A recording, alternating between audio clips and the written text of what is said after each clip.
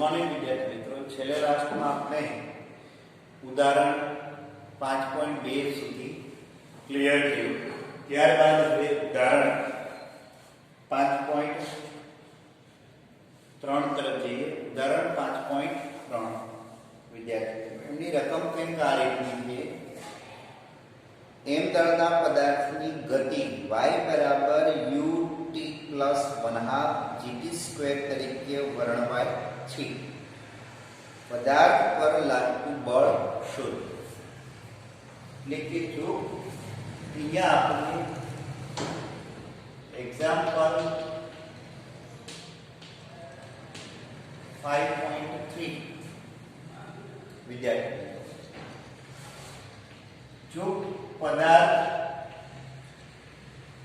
નું દળ m હોય અને સ્થાનાંતર અને એક બળની અસર નીચે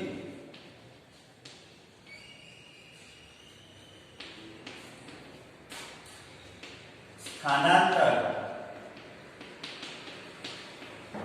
જો આ રીતે દર્શાવવામાં y ut plus 1/2 gt², તો અહીંયા વિદ્યાર્થી મિત્રો u પ્રારંભિક વેગ છે, g ગુરુત્વ પ્રવેગ છે અને t સમય પદાર્થનું સ્થાનાંતર આપે છે. તો અહીંયા આપણે બળ મેળવવા માટે પહેલા વિકલન લઈએ dy/dt. તો એનો મતલબ એવો છે કે વેગ મળશે, t સમય પદાર્થનો વેગ. તો અહીંયા આપણે u લખીએ પ્લસ 2 આગળ લઈએ એટલે 2 કેન્સલ થઈ જાય અને એનું વિકલન થશે gt. u પ્લસ gt વડે દર્શાવો. v u plus gt. હવે એનું વિકલન લઈએ ફરી પાછું એટલે આપણને પ્રવેગ મળે. શું મળે? પ્રવેગ. અને પ્રવેગમાં આપણને શું મળશે? માત્ર ને માત્ર g અચળ મળશે. શું મળશે? g અચળ. તો ન્યૂટનના બીજા નિયમ અનુસાર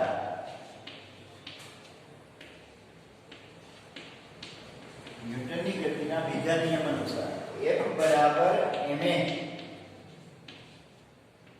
જ્યાં a પ્રવેગની જગ્યાએ કિંમત મૂકીએ તો F બરાબર mg, જે વજન બળ મળશે. શું મળશે? વજન બળ. F બરાબર mg. તો આટલું બળ લાગતું હોય છે, વજન બળ છે, એટલું બળ લાગે.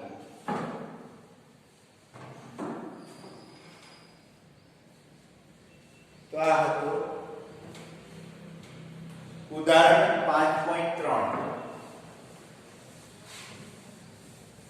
ત્યારબાદ 5.4 પરથી ઉદાહરણ 5.4. ઉદાહરણ 5.4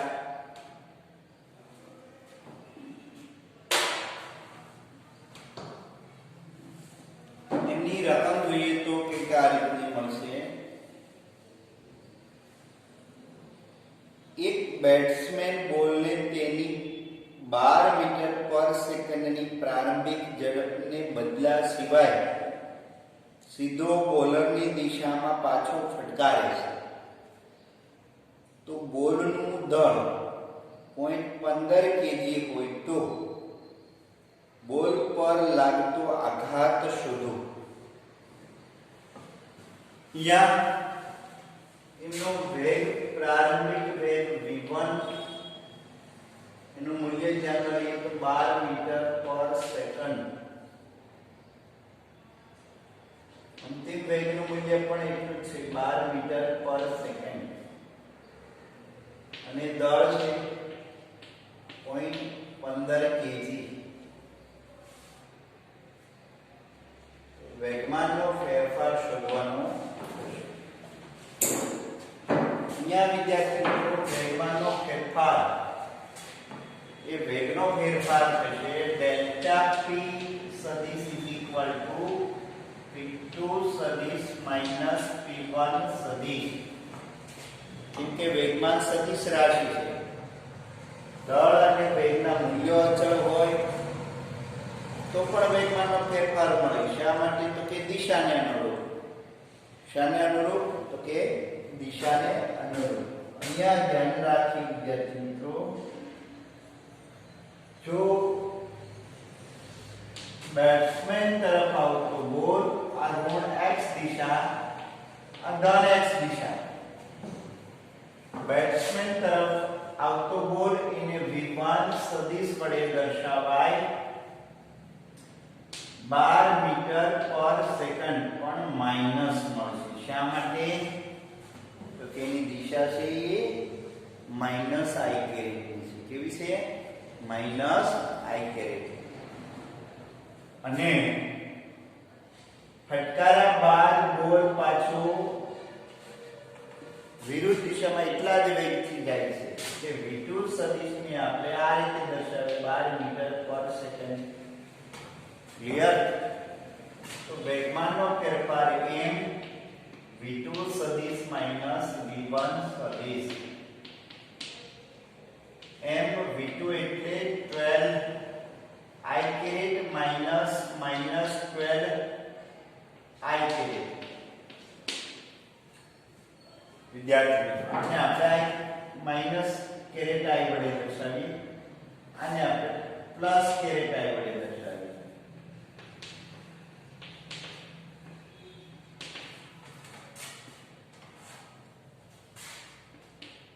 m .15 12 માઈનસ માઈનસ એટલે પ્લસ થઈ જશે ગુણ્યા 24 i કેરેટ. તો ડેલ્ટા p સદિશ આપણને મળશે. હવે જો એનું મૂલ્ય જો આપણે ધ્યાનમાં લઈએ તો માત્ર ને માત્ર બે પદનો ગુણાકાર લઈએ. 0.15 ગુણ્યા 24 નીચે તમે જાતે મેળવી શકો છો. 3.6 મળશે.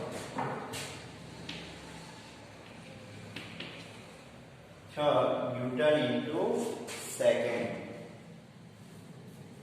તો આ વેગમાનમાં એનો ફેરફાર દિશાના કારણે લેવા માટે દિશા ધ્યાનમાં લેવી પડે.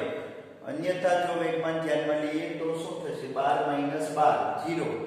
વેગમાનનો ફેરફાર કેવો થઈ જાય? શૂન્ય થઈ જાય. પણ એવી રીતે કેલ્ક્યુલેશન કરવામાં આવતું નથી, કેમ કે વેગમાનનો ફેરફાર વેગ બદલાય ત્યારે મળશે. વેગ બે રીતે બદલાય, મૂલ્યની દ્રષ્ટિએ બદલાશે અને દિશાની દ્રષ્ટિએ પણ બદલાય. તો આ શું? ઉદાહરણ 5.4. ત્યારબાદ ઉદાહરણ 5.5 તરફ જઈએ.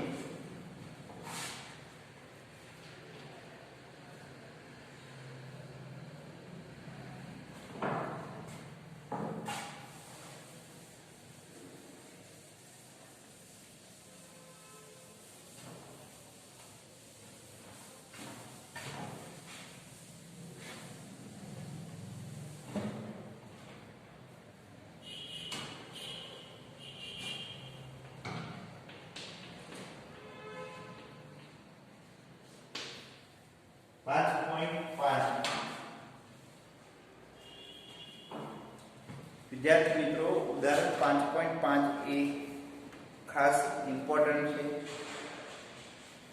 એટલે આપણે એ યાદ રાખવું ઘટે.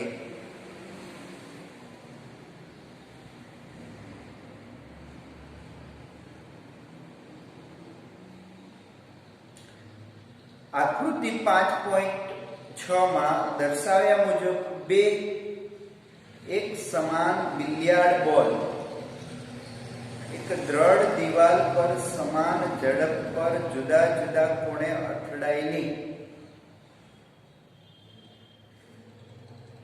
ઝડપમાં કોઈ ફેરફાર વિના પરાવર્તન પામે છે. તો દરેક બોલને લીધે દિવાલ પર લાગતા બળની દિશા દિશા કઈ હશે? 2. દિવાલ વડે બંને બોલ પર લગાડેલા આઘાતના મૂલ્યની ગણતરી ગુણોત્તર મેળવો. આઘાતના મૂલ્યોની ગણતરી કરી ગુણોત્તર મેળવો. અહીંયા વિદ્યાર્થી મિત્રો એ બે બોલ આપણને આ રીતના મળે છે.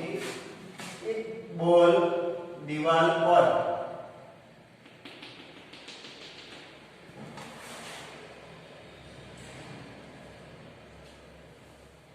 લંબ દિશામાં જ એક બોલ આપાત થાય છે. પ્રારંભિક બોલ નો વેગ v છે, અથડાય અને ફરી પાછો આવે ત્યારે અંતિમ વેગ v થઈ જશે. અને એને અનુલક્ષીને x અને y કાર્ટેશિયન આમ વિચારીએ તો દિવાલે અથડાય તેની દિશા x થશે, અથડાયા બાદ બોલની દિશા એ -x થશે. એટલે આ થશે અંતિમ વેગ અને પ્રારંભિક વેગ, અંતિમ વેગ માઈનસ થશે. કેવો થશે? માઈનસ. બંનેના મૂલ્યો સમાન જ છે. કેવા થશે? સમાન. જે આપણે આપેલા છે એ નહીં.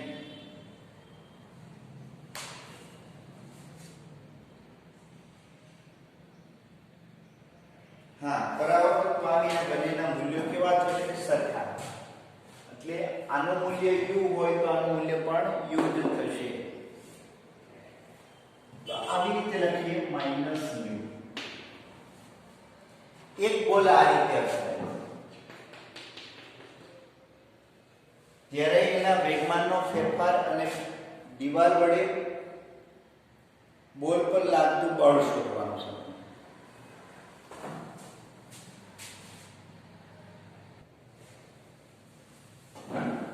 અહીંયા આપણે એમ કીધું છે કે દિવાલ વડે બોલ પર લાગતું બળ કેટલું થશે એ આપણે મેળવવાનું છે. એક જ મિનિટ.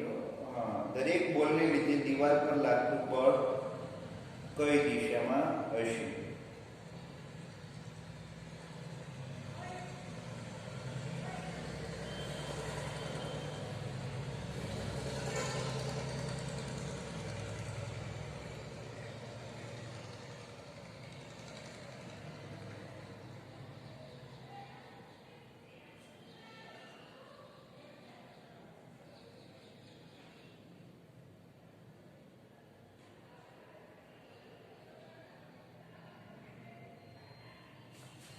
હા, તો અહીંયા આપણે પહેલું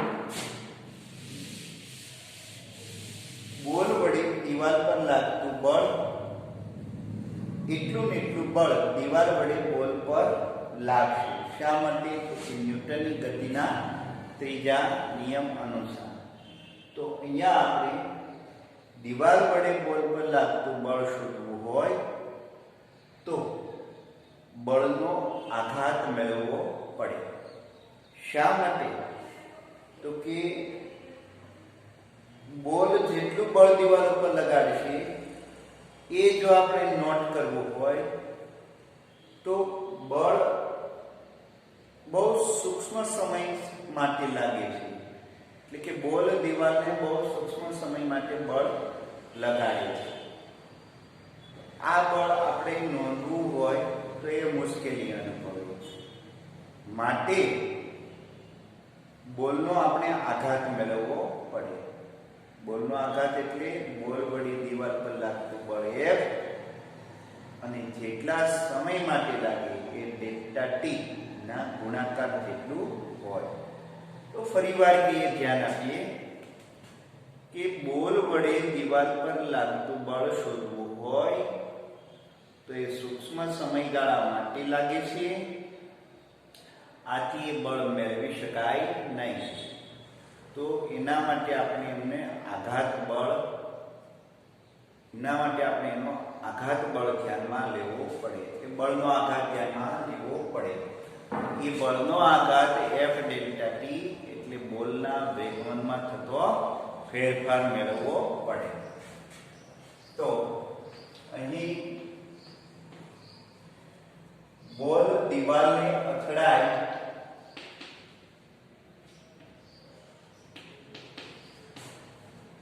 અને પાછો ફરે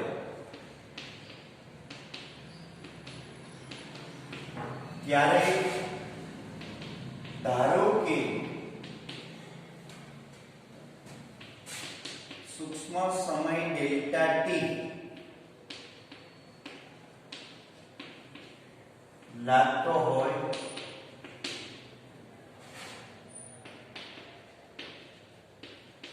અને ધારો કે લાગતું બળ F હોય તો બળનો આધાર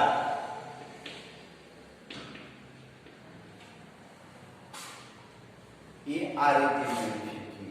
F delta T is equal to delta P. અહીંયા ડેલ્ટા P એટલે વેગમાનમાં થતો ફેરફાર. બોલના વેગમાનમાં થતો ફેરફાર એટલે દિવાલનો બળનો આધાર, દિવાલ ઉપર લાગતું બળ. જો આમ લઈએ આપણે delta P upon delta T એટલે બળ મળે. બોલના વેગમાનમાં ફેરફારનો સમય દર એ દિવાલ ઉપર લાગતા બળ જેટલો હોય અથવા બોલે દિવાલ ઉપર લગાડેલા બળ જેટલો હોય. તો અહીંયા બળનો આધાર મેળવવા માટે આપણે વેગમાનનો ફેરફાર લેવો પડે. વેગમાનનો ફેરફાર લેવા માટે બોલનું પ્રારંભિક વેગમાન ઇનિશિયલ વેગમાન શું થશે કે પ્રારંભિક વેગમાન આપણને આ રીતનું મળશે minus m u minus m u. શા માટે? સોરી, u ની દિશા છે એટલે પ્લસ mu થશે, પ્લસ mu. અને બોલનું અંતિમ વેગમાન pf શું થશે તો કે માઈનસ mu, માઈનસ mu. કેમ કે વિરુદ્ધ દિશામાં છે એટલે એનું વેગમાન. તો વેગમાનનો ફેરફાર શું લઈએ આપણે? pf minus pi minus mu minus mu એટલે માઈનસ 2mu. એનો મતલબ એમ થયો કે વેગમાનનો ફેરફાર આપણે ઋણ દિશામાં મળશે. કઈ દિશામાં મળશે? ઋણ દિશામાં. તો વેગમાનનો ફેરફાર ઋણ દિશામાં હોય તો દિવાલ વડે લાગતું બળ પણ એ જ દિશામાં હોય. જ્યાંથી કે આ રીતે આપણે લખીએ છીએ બળ ગુણ્યા ડેલ્ટા T.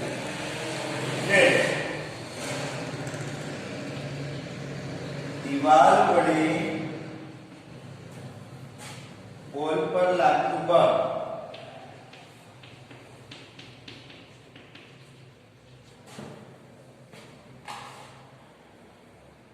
એ ઋણ x દિશામાં હોય.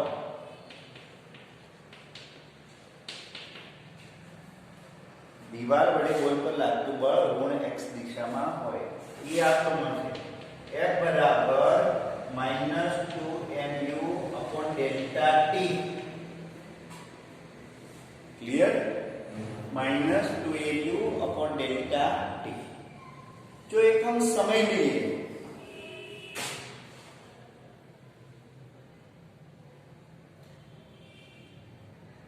આટલું દિવાલ વડે બળ લાગે. જો એમ કહેવામાં આવે કે બોલ વડે દિવાલ પર લાગતું બળ કેટલું તો આટલું નાટલું એ પ્લસ નો બનાવો. હા, એને કીધું 10 મિનિટમાં 10 મિનિટનો છે. બોલ પર લાગતું બળ એ બેન 1 મિનિટ.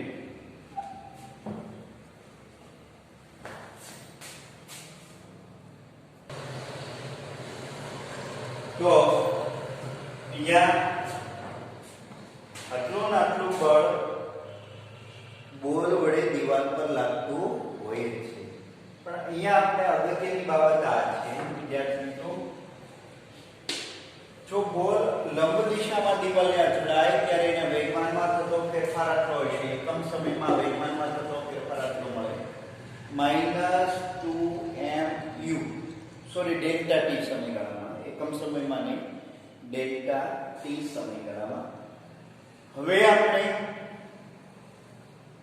આ પહેલો બોલ હતો, બીજો બોલ કંઈક આ રીતે અથડાય છે દિવાલ ઉપર.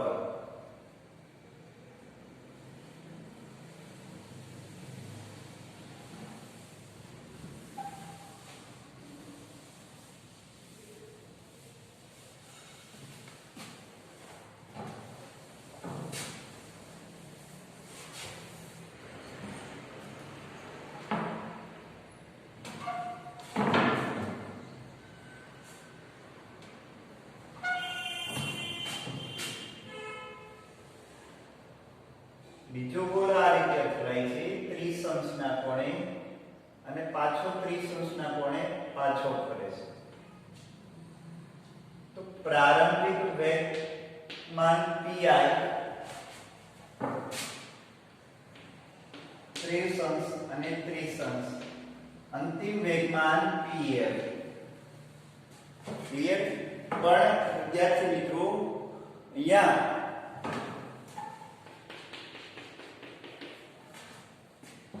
વેગમાન, પ્રારંભિક વેગમાન pi ને અનુરૂપ એના બે ઘટક મળશે.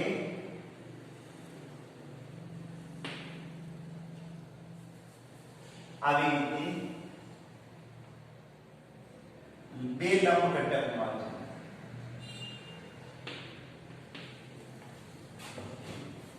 આ 30 અંશનો કોણ હોય તો આ પણ 30 અંશનો કોણ થશે.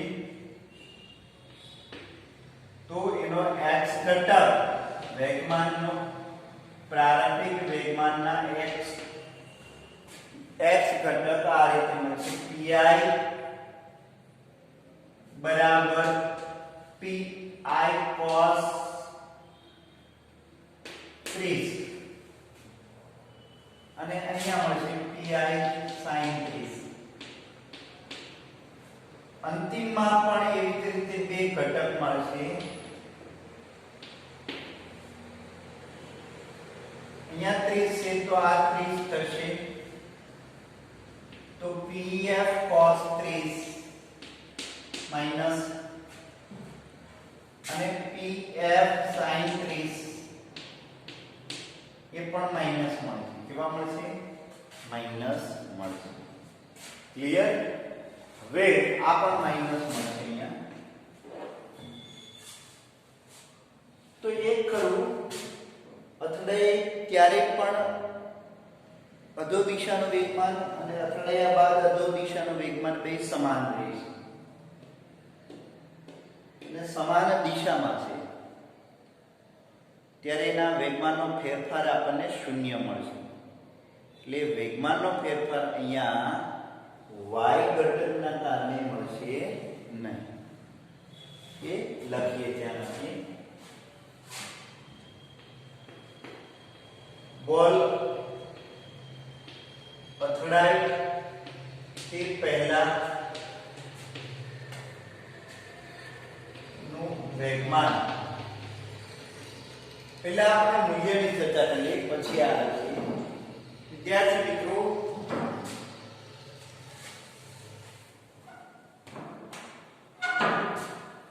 પ્રારંભિક વેગમાન અને અંતિમ વેગમાનના મૂલ્યો p એ સમાન રહેશે mu.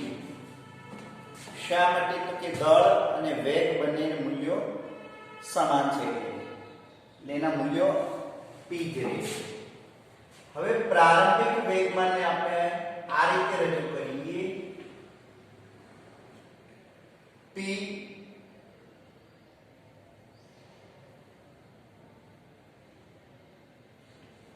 cos 30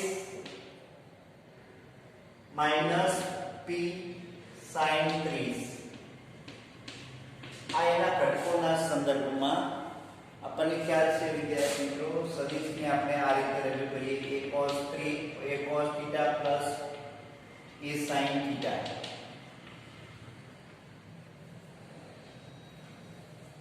ax ઘટક વત્તા ay ઘટક i ક્રેટ j ક્રેટ સદિશ a આમ હોય એટલે એને આપણે આ રીતે લખી શકીએ ax i ક્રેટ એટલે a cos θ, ay j crate એટલે a sin θ. અહીંયા ક્રેટ i લખવું અને અહીં ક્રેટ j લખવું. તો અહીંયા i ક્રેટ અને અહીંયા j ક્રેટ. પ્રારંભિક વેગમાનને આપણે આ રીતે રજૂ કરીએ. હવે અંતિમ વેગમાન એટલે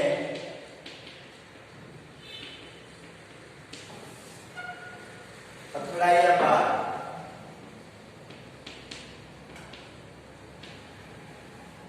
અંતિમ વેગમાન એટલે અથડાયા બાદ એટલે pf સદિશ is equal to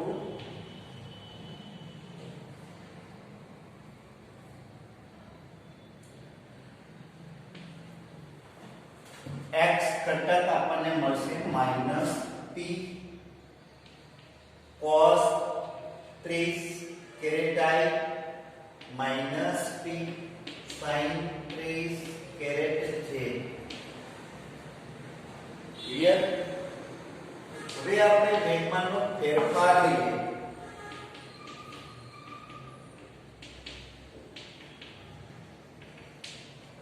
એને આપણે ડેલ્ટા p સદિશ કહીએ તો pf minus pi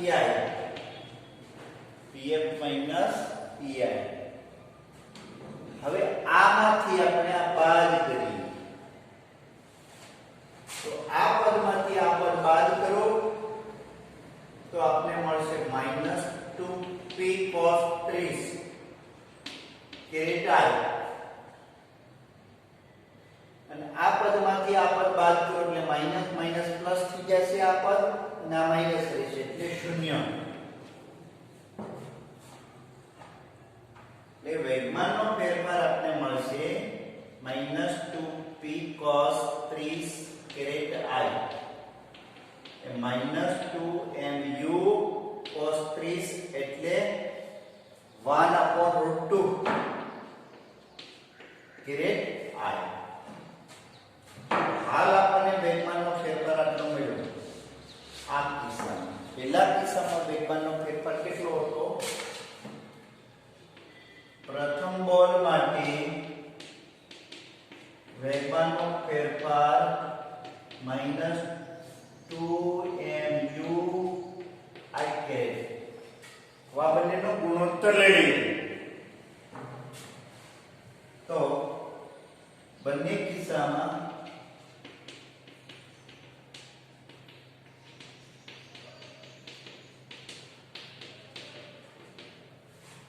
ગુણોત્તર લેતા આપણને મળશે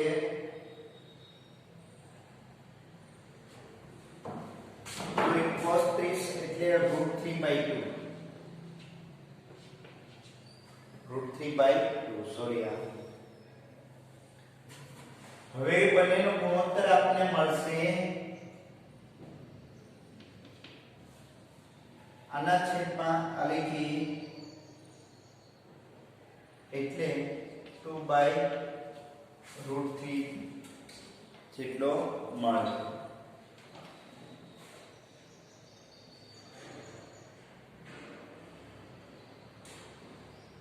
અને જેનું મૂલ્ય છે 1.2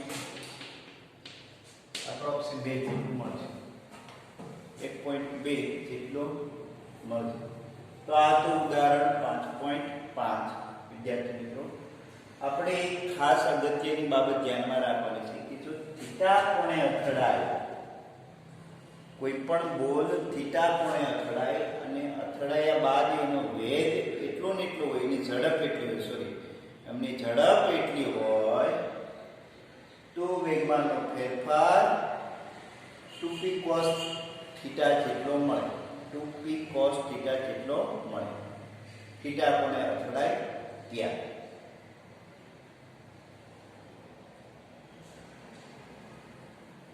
ક્લિયર? એ અથડામણની દિશા સાથે આંતરેલો કોણ હોય ત્યારે. હવે ત્યારબાદ એક અગત્યની રાશિ તરફ જોઈએ, વેગમાનનું સંરક્ષણ. વેગમાનનું સંરક્ષણ.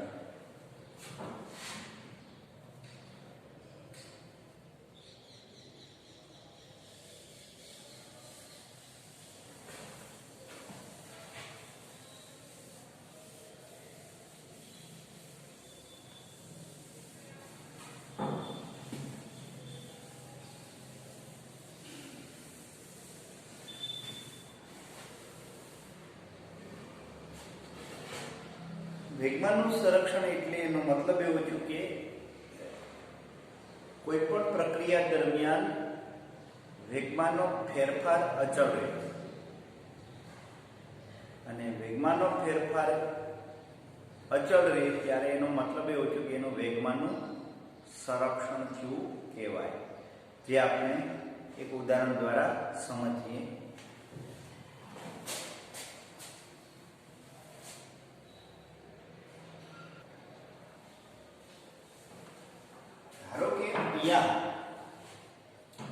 એક ઉદાહરણ લઈએ વેગમાનના સંરક્ષણનો નિયમ સમજવા માટે. તો એ ઉદાહરણ છે બંદૂક અને બુલેટ અને રાઇફલ. ધારો કે એક તંત્ર વિચારીને બુલેટ પ્લસ રાઇફલ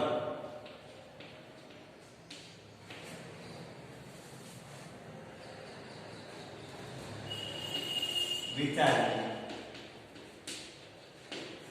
બુલેટ અને રાઇફલનું એક તંત્ર વિચારીએ. વિદ્યાર્થી મિત્રો, પ્રારંભ સ્થિતિ જો આપણે ધ્યાનમાં લઈએ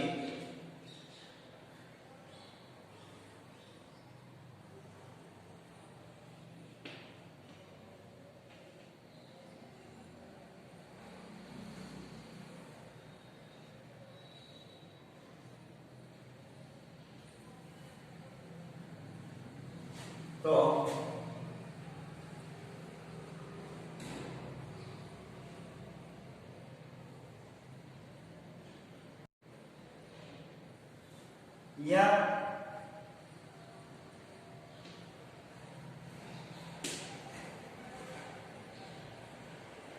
પ્રારંભમાં બુલેટ રાઇફલની અંદર સ્થિર છે. આ રાઇફલ અને બુલેટ એટલે પ્રારંભમાં બંને સ્થિર છે, એટલે બુલેટનું વેગમાન અને રાઇફલનું વેગમાન બંનેના પ્રારંભિક વેગમાન કેવા હશે? બુલેટનું વેગમાન અને રાઇફલનું વેગમાન પ્રારંભિક વેગમાન 0 થશે. હવે આના ઉપર બીજું કોઈ બાહ્ય બળ લાગતું નથી, માત્ર ટ્રિગર પ્રેસ કરીએ એટલે હવેની ઘટનામાં શું થશે?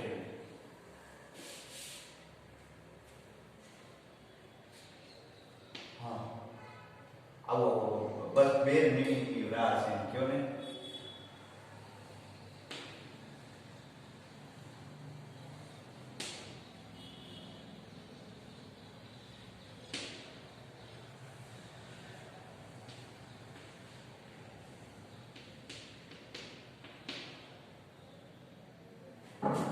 રાઇફલ પાછળ દિશામાં ગતિ કરશે અને બુલેટ આગળ દિશામાં ગતિ કરશે.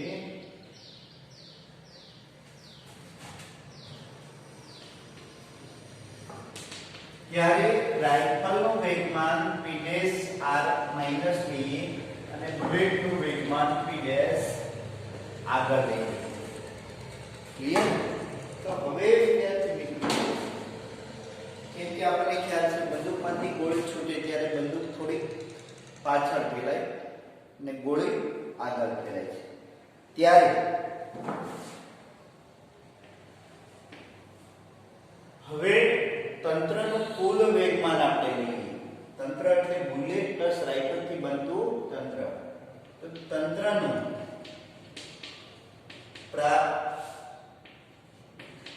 પ્રારંભિક કુલ વેગમાન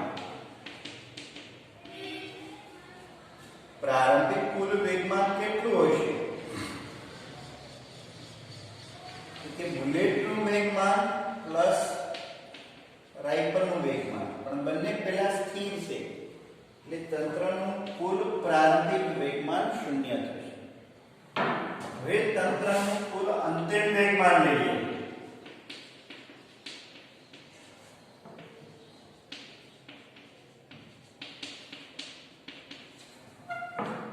તો તંત્રનું કુલ અંતિમ વેગમાન લેવા માટે pf સદિશ is equal to minus pr dash પાછળની દિશામાં છે એટલે પ્લસ pb. ક્લિયર? એ આટલું મળશે. હવે ન્યૂટનની ગતિના ત્રીજા નિયમ અનુસાર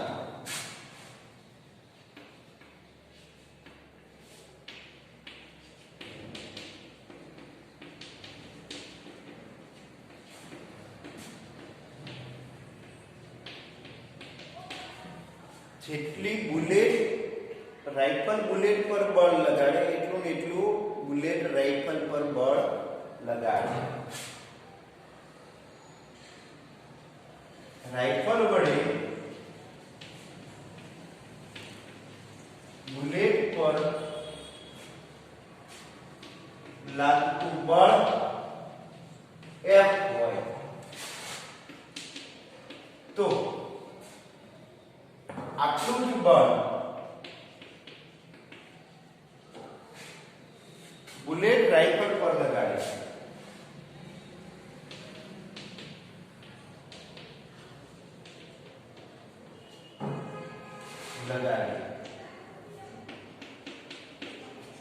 આ બળ મેળવવા માટે ધારો કે ડેલ્ટા ટી સમય માટે લાગે છે બળ. ધારો કે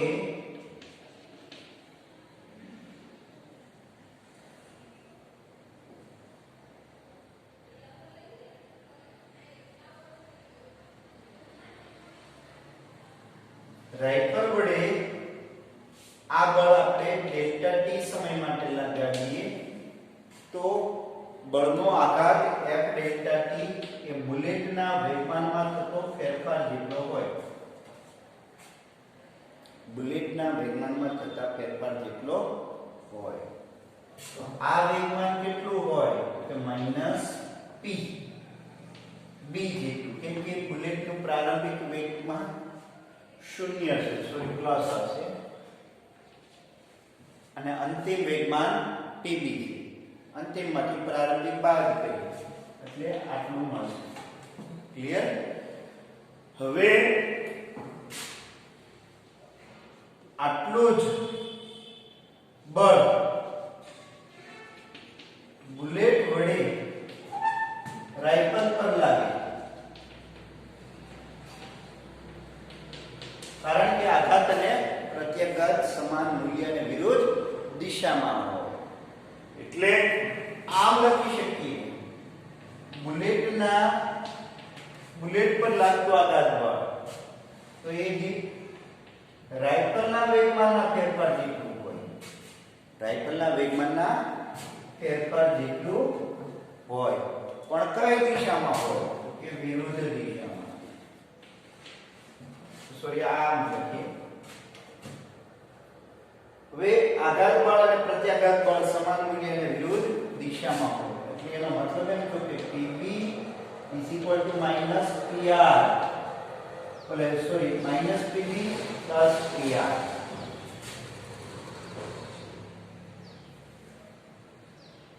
હા, Pb is equal to શું મળશે? PR. વેગમાનનો ફેરફાર બંનેનો સમાન હશે. કેવો હશે? સમાન. પણ કેવી દિશામાં?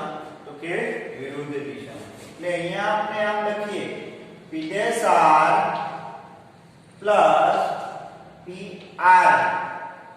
શા માટે? તો કે આનો ફેરફાર p dash b એ pr જેટલો હોય. તો આનું મૂલ્ય કેવું મળ્યું? 0. એટલે તંત્રનું અંતિમ વેગમાન કેવું મળ્યું? 0. તો આ ઉપરથી કહી શકાય કે તંત્રનું પ્રારંભિક વેગમાન અને તંત્રનું અંતિમ વેગમાન બે કેવું રહ્યું? સરખું. જો કંઈક પ્રારંભિક વેગમાન હોય તો અંતિમ વેગમાન મળે, પ્રારંભિક વેગમાન 0 હોય તો અંતિમ વેગમાન 0 મળે. ત્યાં વિદ્યાર્થી મિત્રો અગત્યની બાબત એ છે, રાઇફલ કે બુલેટનું વેગમાન 0 નથી, પણ તંત્રનું પરિણામી વેગમાન 0 છે પ્રારંભ. અને એ જ રીતે ગણતરી કરતા તંત્રનું અંતિમ પણ વેગમાન 0 મળે. કુલ વેગમાન કેવું? કુલ વેગમાન. આના ઉપરથી વેગમાન સંરક્ષણનો નિયમ આ રીતે મળે કે બસ આવો, બસ 2 મિનિટ. તંત્રનું કુલ રેખીય વેગમાન 0 હોય. કુલ રેખીય વેગમાન કેવું હોય? 0 હોય અથવા અચળ હોય. આ યાદ રાખવાનું. પણ ક્યારે? જ્યારે અલગ કરેલું તંત્ર હોય ત્યારે, એમના ઉપર કોઈ બાહ્ય બળ લાગતું ન હોય ત્યારે. દાખલા તરીકે કોઈ એક બોટ સવાર હોય, એ પાણીમાં બોટ ચલાવતો હોય અને એ પાણીને હલેસો મારી અને પાછળ દિશામાં ધકેલે તો બોટ આગળ દિશામાં જાય. જેટલી પાણીની પાછળ દિશા ધકેલે એટલી બોટ આગળ જાય. એટલે એમનું પરિણામી વેગમાન 0 હોય. ક્લિયર? કારની અંદર બેસી અને તમે કારને ધક્કો મારો તો જેટલો તમે કારને ધક્કો મારો એટલો જ કાર તમને ધક્કો મારે છે. એટલે ત્યારે કારની અંદર બેસીને કારને આગળ ચલાવી શકાય નહીં ધક્કો મારીને. જો કારને આગળ ચલાવવું હોય તો કારને બહારથી તમારે ધક્કો મારી અને ચલાવવું પડે. બાકીની આપણે કાલે ચર્ચા કરીશું.